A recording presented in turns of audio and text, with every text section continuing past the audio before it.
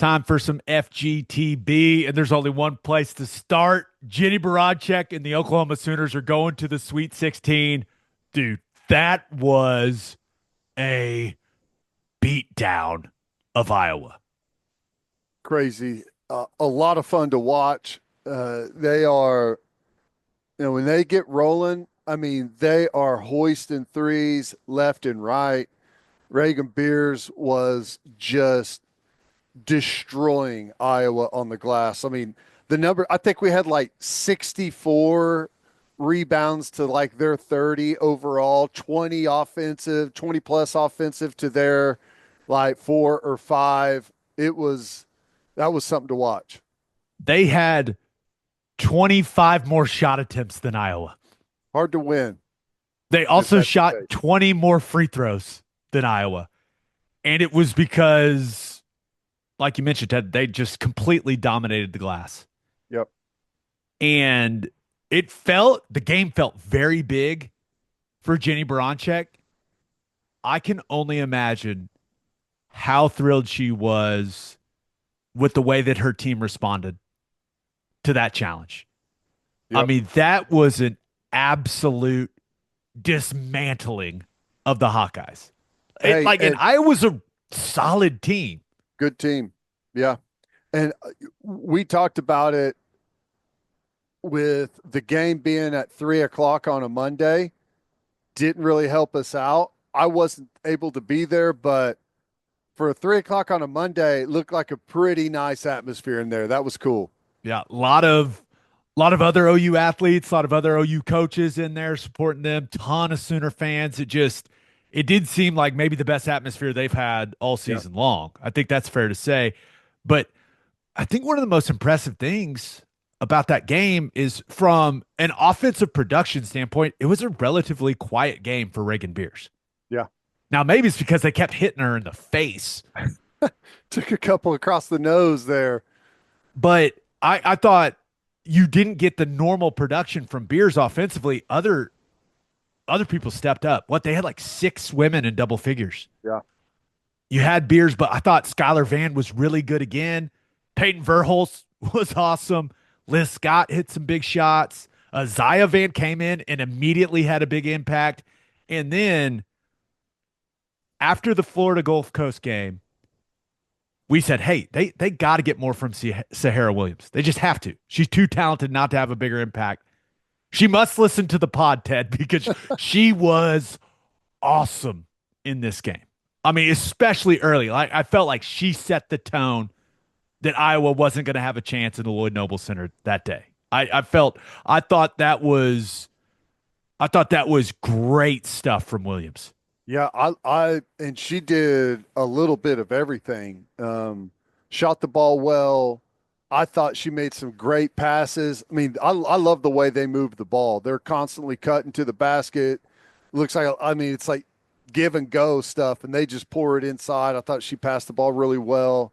And hey, when you have that many in numbers in double digits, it's impressive, but someone's still got to lead the show, and she was definitely the leader that day. UConn. Whew. Saturday, 4:30 p.m. on ESPN. That game is in Spokane.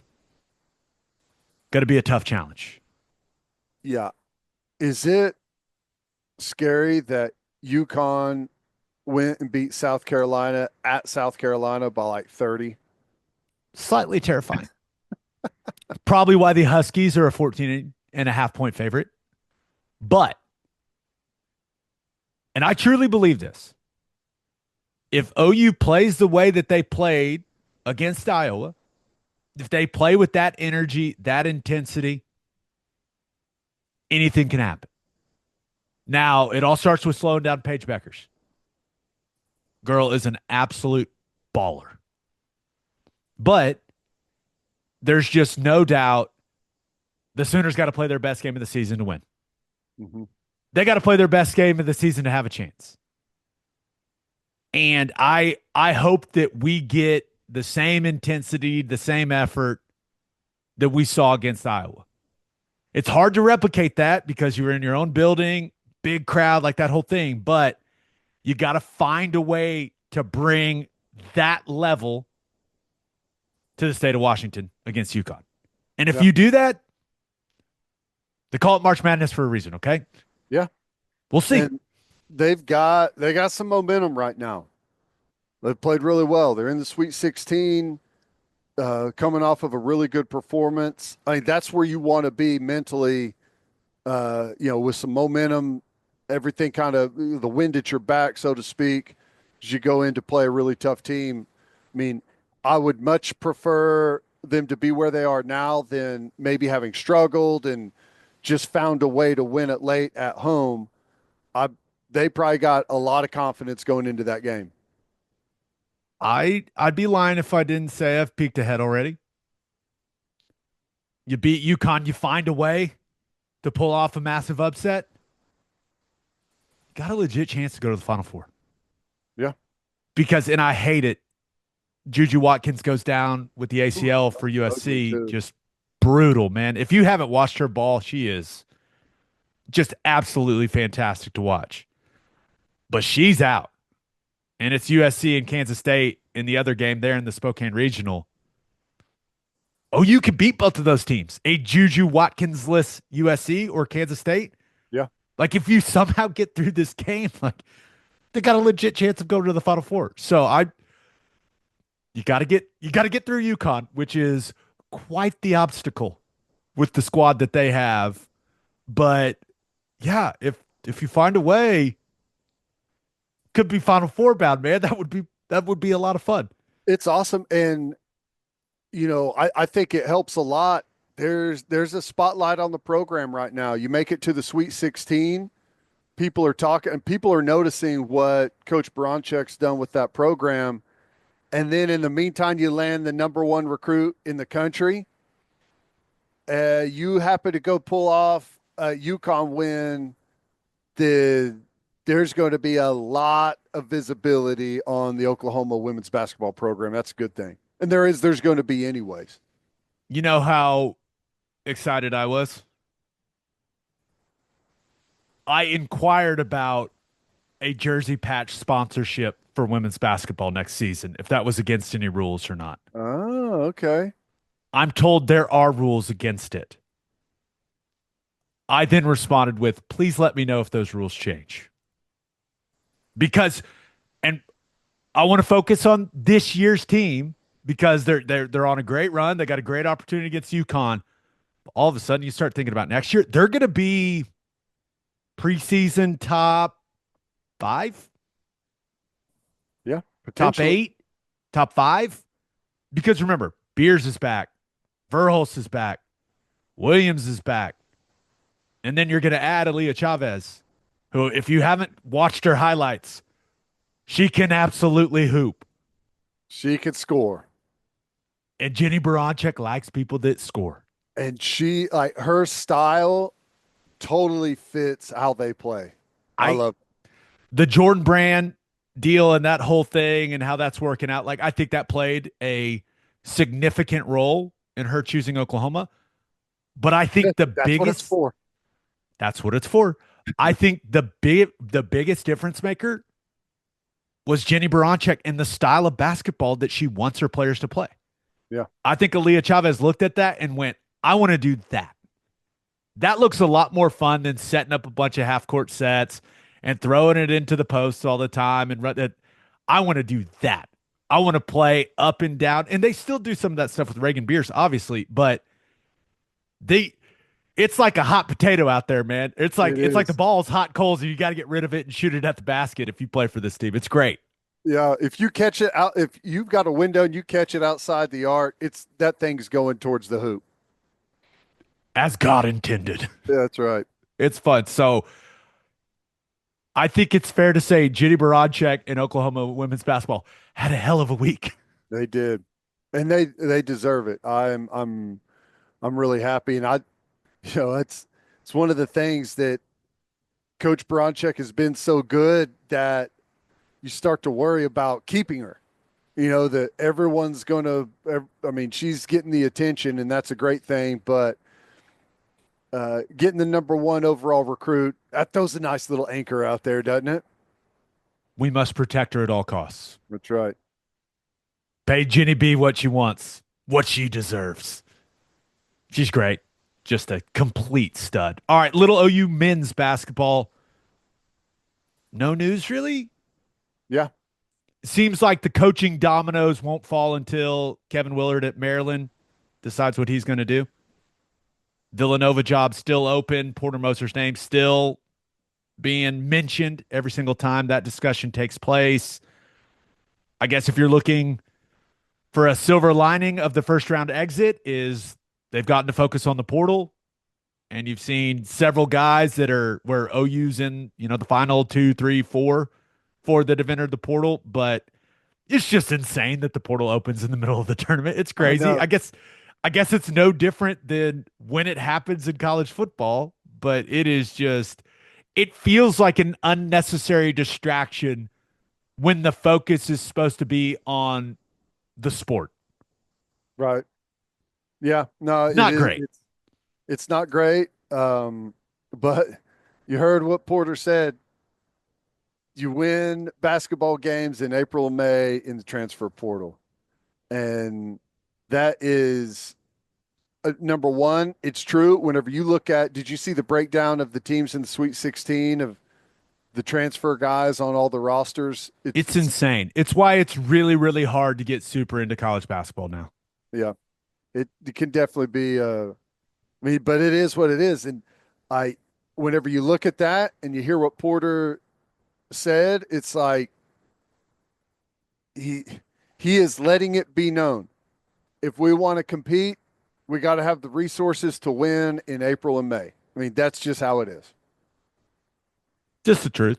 So we'll see if OU men's basketball gets any significant news this week, whether that's the coach or landing guys out of the portal. We'll see how it goes. We'll talk about it if it happens. Now, last thing for FGTB, Thunder continued to be a fantastic basketball team. 60 wins. 60 wins. Went on a little quick 2-game West Coast trip. Beat the Clippers on Sunday night, 103-101. Beat the Kings Tuesday night, 121-105. Looking at the Clippers game, Ted, it was kind of fun watching them play a close game. They haven't had a ton of those.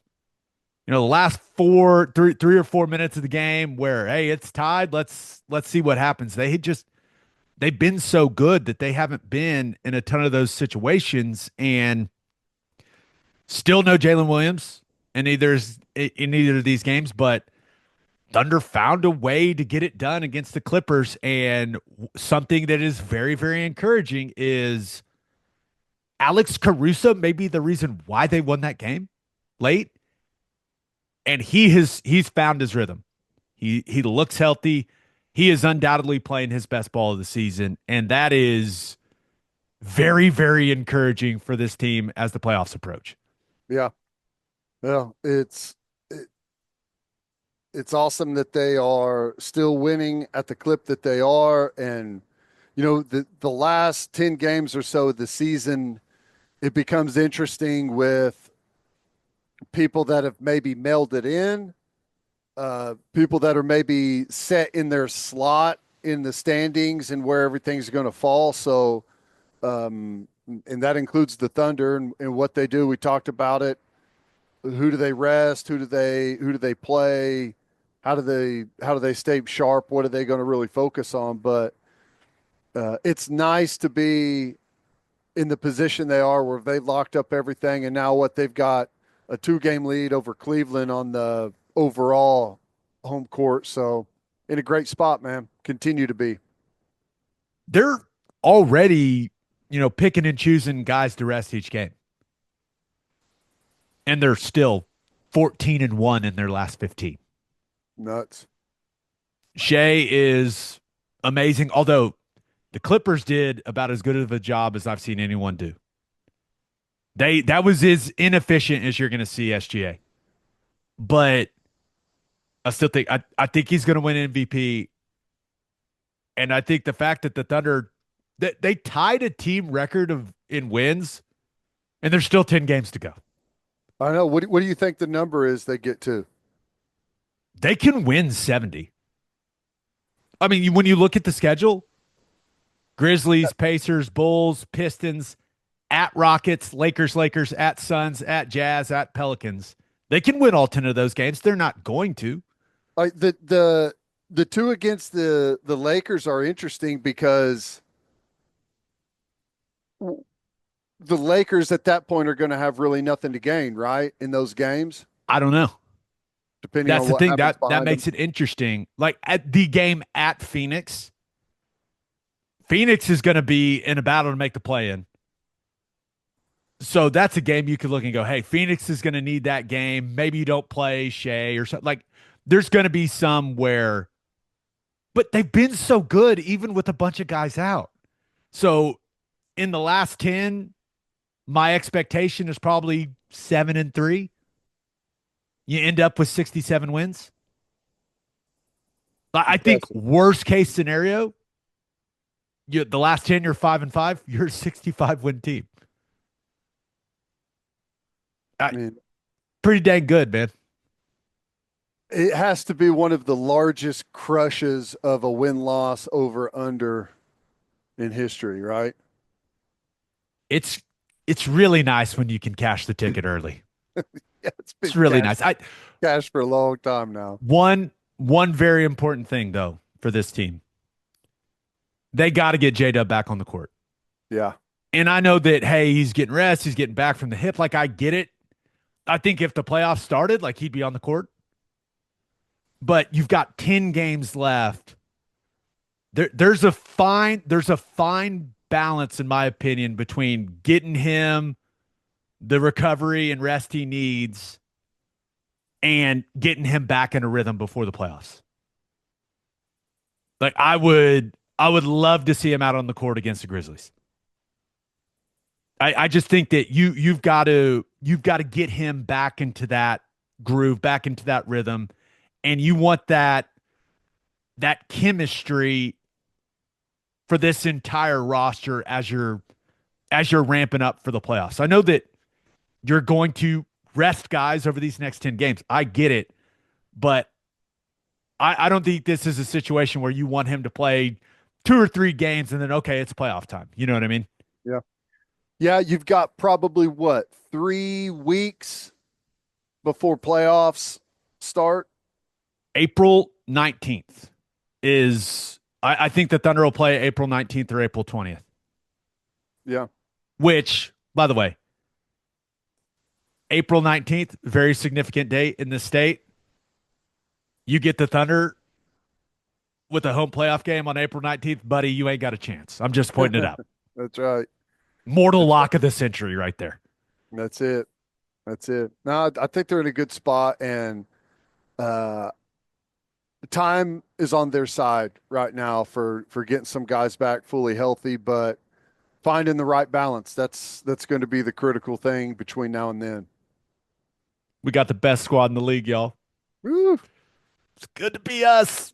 good to be us.